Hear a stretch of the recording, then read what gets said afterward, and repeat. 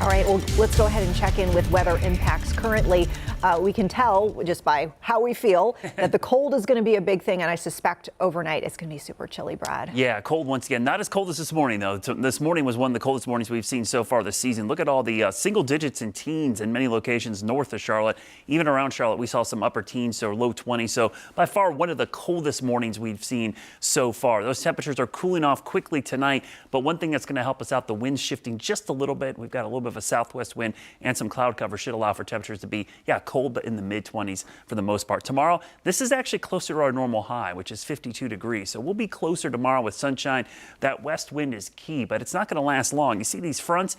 These are pretty much dry fronts, except for the moisture moving into the mountains with some northwest flow snow. But what they're going to do is reintroduce another shot of cold air to keep us back into the 40s. You see the little burst of snow in the mountains, so we could see some additional snowfall in those typical spots behind cold fronts, northwest facing slopes near the Tennessee line, Beach and Sugar Mountain. Boy, what a great ski season it has been across the Southeast. One of the best in years. Probably go back to 2018, last time we've had such a great start to the ski season. Those temperatures, again, pretty close to average on Monday. They're going to go back up this weekend. You notice the temperatures could surge close to 60 degrees by Friday into Saturday, but don't be fooled. This is a short warm-up. This is a big system that's going to introduce another Arctic blast as we go into next week. So we're already keeping our eyes on the long range. We're in our 6 to 10 day window where the pattern is once again going to become favorable for winter weather somewhere across the Southeast. Again, remember, this is just a favorable pattern. We're not to the details. We're not calling for snow. Just a pattern to watch right now. And the reason why another dip in the jet stream is going to develop after this weekend. This is the warm-up Friday, Saturday. So this is kind of a warmer flow. This will get you back to some mild air. But look at that dip in the jet stream middle of next week.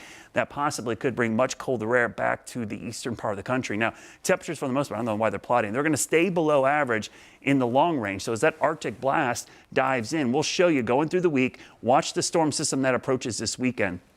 This is all rain, so no snow or winter weather with that.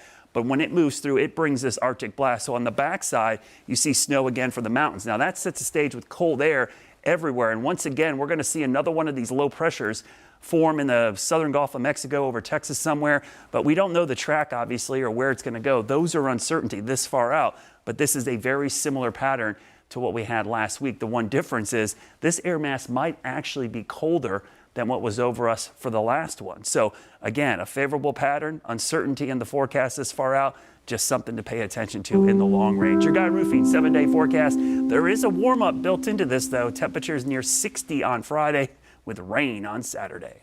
All right.